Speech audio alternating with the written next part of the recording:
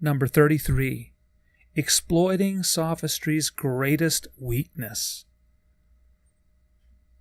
The ways of sophistry are infinite.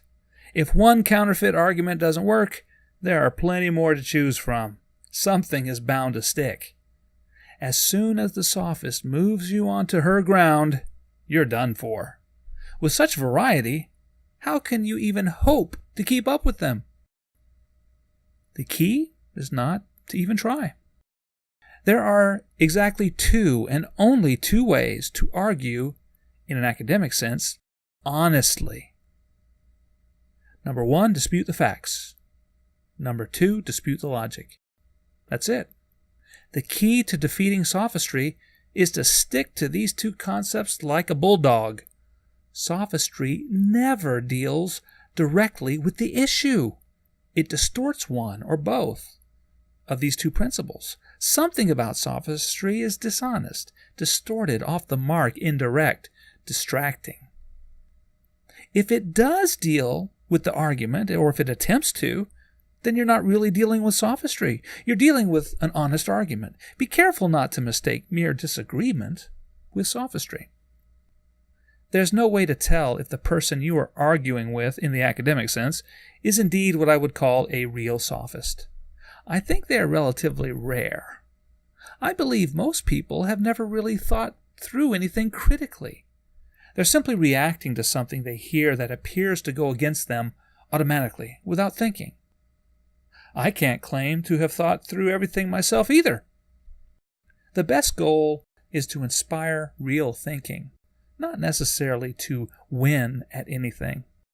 Isn't winning honest insight far better than any kind of contest? So how do you win insight?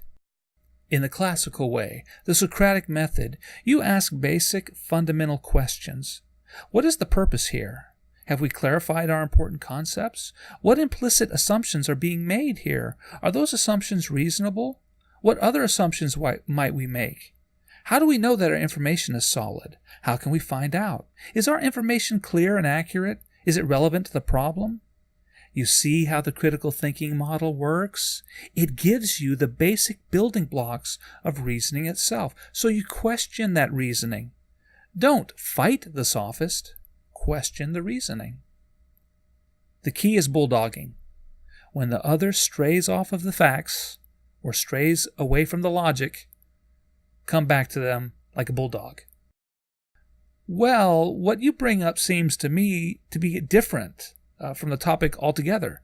What about what you said? How does that follow from what you said? I don't really see it yet. Can you clarify it for me? Bulldog them.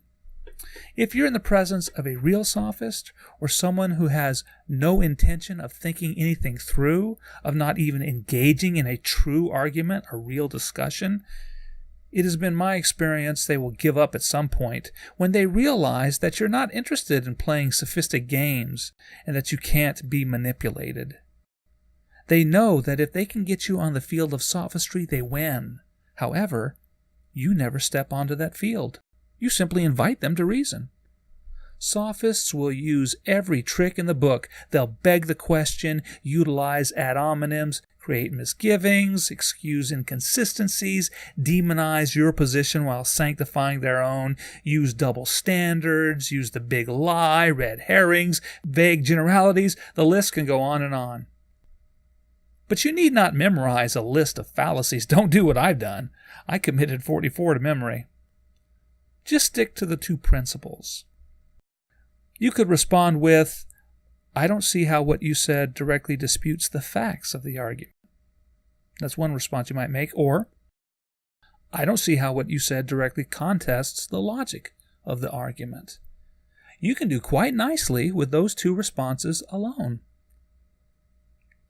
If you're dealing with someone utilizing sophistic reasoning, they won't be able to give you reasons. They won't even want to.